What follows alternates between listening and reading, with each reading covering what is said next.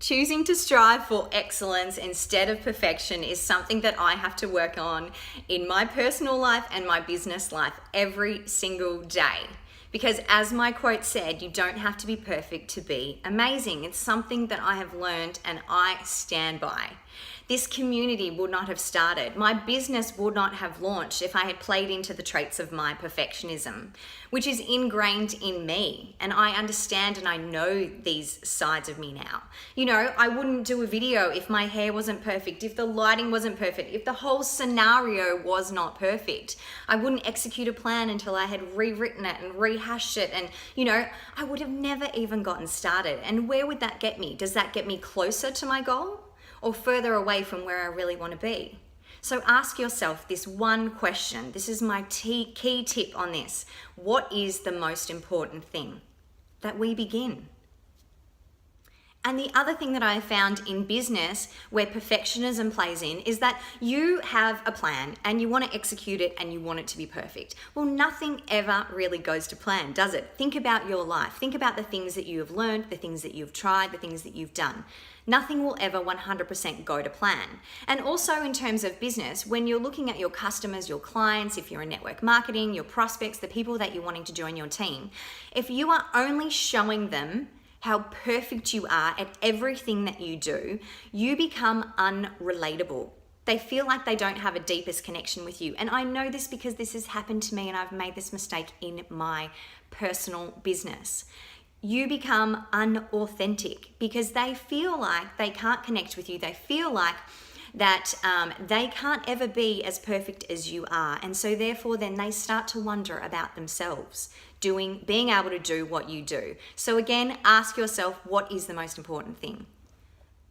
Perfection in my personal life is something that I have to work on too, because, you know, my innate trait is don't start something, and I don't know if you can relate to this as well, unless you know that you're going to be able to do it. And it has stopped me from doing a lot of things in my life. I can reel off so many different things that I have not even begun because I didn't think that I'd be able to do it to my own standards. One of those things is swimming. Earlier this year, I decided that I really wanted to get more exercise and more movement in my life, you know, and swimming is a perfect opportunity while my son has swimming lessons to get in the water.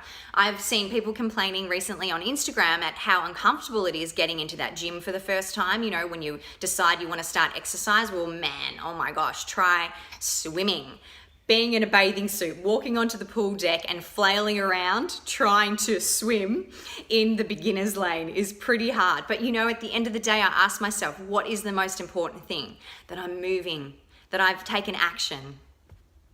And if we think about motherhood, oh my gosh, there are so many things in motherhood where I just wish I could have been the perfect mother, and it just doesn't happen.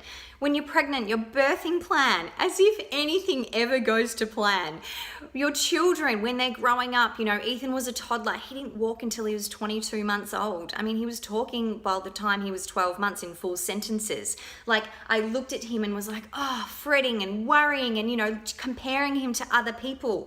What for? I knew by the time he was 18, he was going to be walking. He just needed to do it in his own time. If I had have been pushing my perfectionism onto him, it would have gotten me into a lot of hot water. You know, and kids, like no child, when they go to school, is going to be able to go to the perfect plan. Every single child is different. You know, Ethan had a meltdown earlier this week, which was just awful. He's in prep. It's his first year of school. And I realized that my perfectionism has been rubbing off on him. Because what's happened is that little Ethan, you know, couldn't write his name perfectly and had a massive meltdown. And I had to step back and look at the situation and go, okay, what is my part in this? I'm learning from him every day as he is learning from me. And he's learning this perfectionism trait from me. Like, we want to do things right. We want to do things perfectly. And what I've realized is, you know, asking myself, what is the most important thing here? Is that Ethan understands that it's progress and not perfection.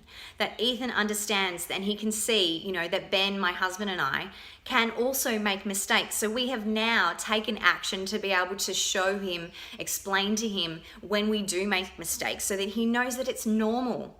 And that we all don't strive to be perfect. We just want to begin and give it a red hot go. I have one more thing I want to talk about on the topic of perfectionism this week, and I can honestly celebrate you if you are not a perfectionist and none of this is resonating with you. I don't, if you want to swipe. But if you have any issues in relation to your to-do list causing you stress and anxiety, there's something that I want to share with you. So what I do in my business is I have a massive whiteboard and I write down all of the things that I have to do. So my ideas, my things that I want to execute, programs that I want to launch, etc., etc. And it started to weigh me down. I started to get stress and anxiety about it because I kept thinking, oh, how far I have to go. And one day I woke up and I thought, you know what, I'm just going to look at this line by line and go, okay, what have I already achieved? And I realized, oh, I could cross that off, I could cross that off, I could cross that off. I had achieved so much more than I had thought in my mind because I hadn't taken the time to stop, look at it from an objective point of view, and actually celebrate how far I had come. So to expand on this tip, how you look at your to-do list with fresh eyes is to look at what you have achieved and what you have completed in the last day, in the last week, in the last 3 months, the last 6 months, the last year, the last 2 years, and celebrate how far you have come. If you are not at your goal yet, if you have not completed everything on your list, perhaps there is something else you needed to learn. I 100% believe that everything happens on time. Perhaps there was a learning, perhaps there was a direction that you needed to change to, perhaps you were being guided down another path, and that is okay. The most important thing is that you are progressing towards your goal, that you are not constantly looking and worrying and thinking about all the things that you have left to do that are giving you anxiety. Because at the end of the day, it's all going to get done. You will complete, you will do all these tasks, it will all happen on the right time.